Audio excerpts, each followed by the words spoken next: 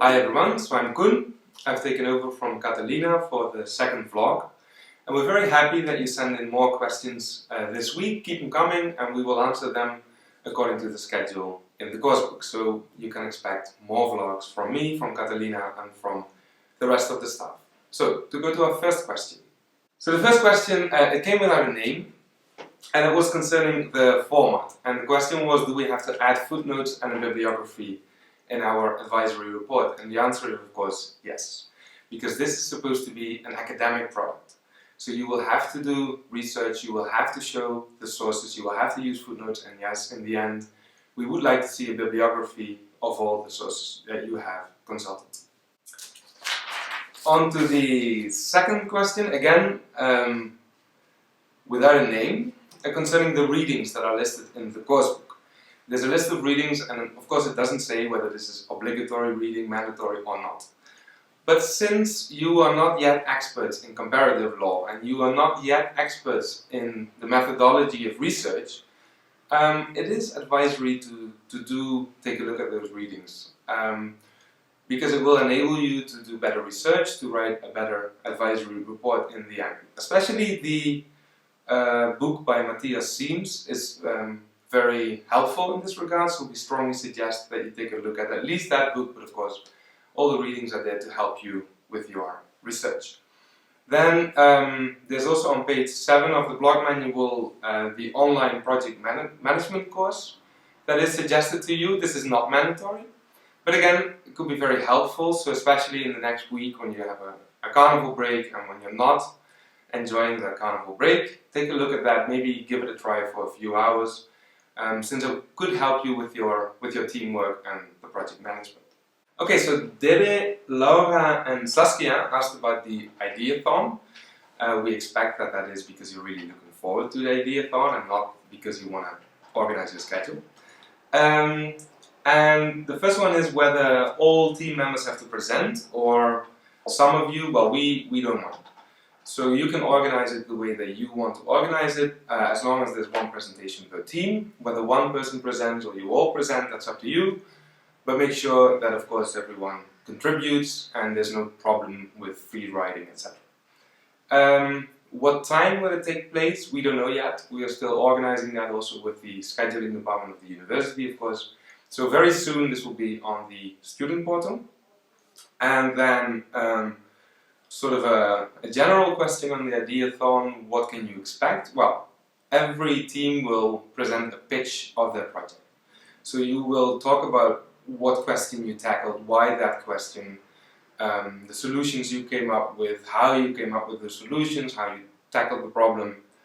The audience will be all the groups doing the same project, so we have basically 3 Ideathons, and the contact persons, the clients, will be there as well. So Caroline and Kaisa and Luca will be present and they will be listening to what you are presenting to them. And then if you do an excellent job at that Ideathon, you will earn a bonus point towards your final grade.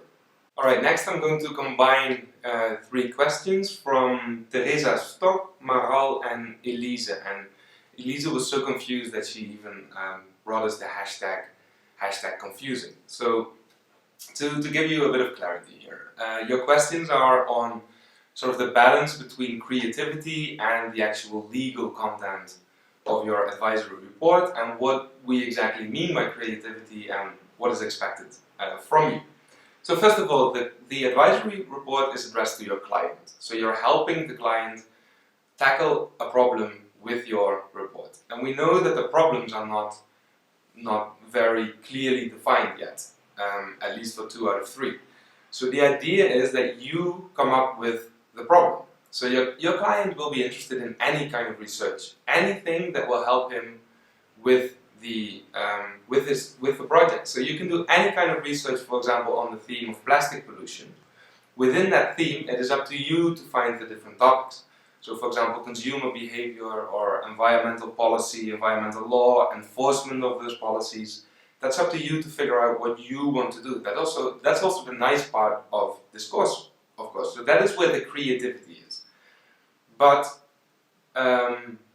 some of you at least give the impression that you don't really know where to start, but you need to start by understanding the topic. So go watch those documentaries that we posted, study the literature on this issue, study the law on this issue, and then the more you know about it, there will be things in that literature, in those documentaries, where you think, that's strange.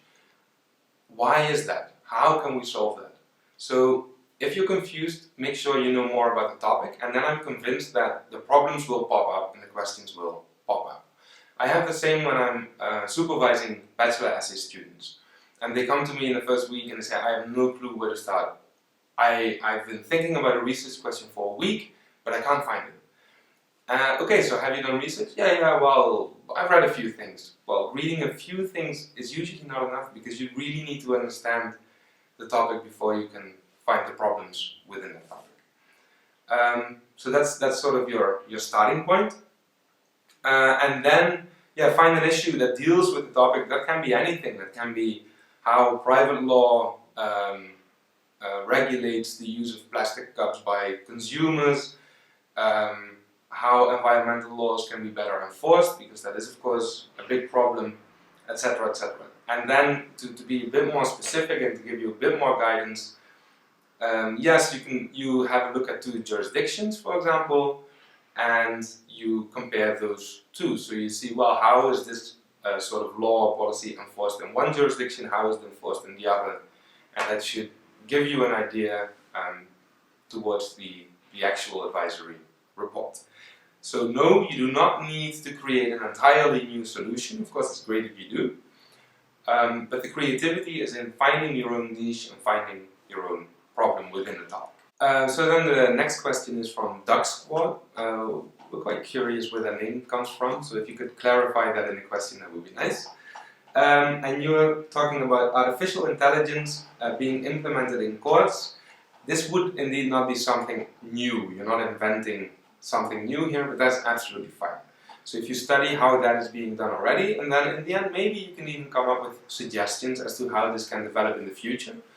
But yeah, you don't need to invent something new. And now for two questions from Francesca on the license agreements.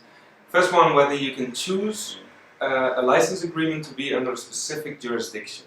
Now, we were not entirely sure what you meant with this question. If it refers to clause 6 of the standard license agreement, the one on conflict solutions, that is basically a choice of forum clause, or whether you refer to a choice of law clause or a more general question on the jurisdiction of the license agreement, we are not entirely sure, but the way to approach such a problem is to go into literature and to fully understand license agreements first, and then the law governing license agreements. So, for example, this choice of forum or choice of law issues. And then when you study that topic, you will hopefully understand whether you can choose the jurisdiction, and whether it's a good idea to choose the jurisdiction, maybe what the jurisdiction should be even, what would be advantageous to your client in this regard. So this is the way to go about this. And for example, a good idea would be to start at conflictoflaws.net, where you can find pointers to literature to further information regarding this topic. So again, this is supposed to be an academic report where you study the topic in the literature and then apply that to the problems of your clients.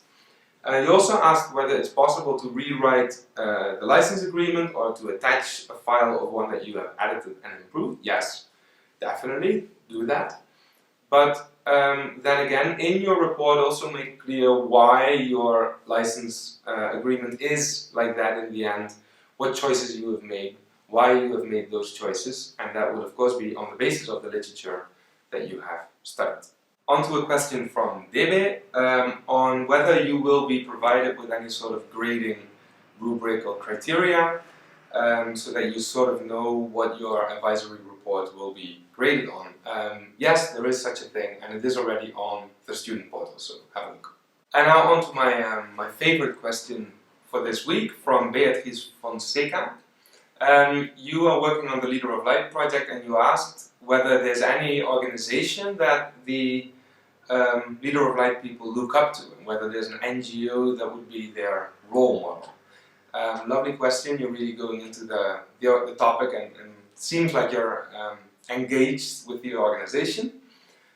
We don't know, because we are not that organization, but we have asked Luca to take it up with the founder of the My Shelter Foundation, which is the NGO behind Leader of Light, and we will definitely come back to you on this question in a later vlog.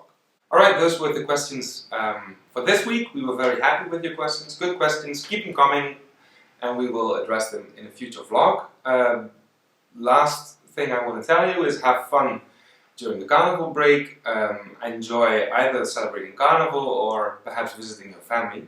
And if you do visit your family, explain to them what you're doing, what your project is about, what the problems are, because you will be surprised at their input, because they are looking at it from a fresh perspective, and they might ask you questions that could be very useful for your advisory report.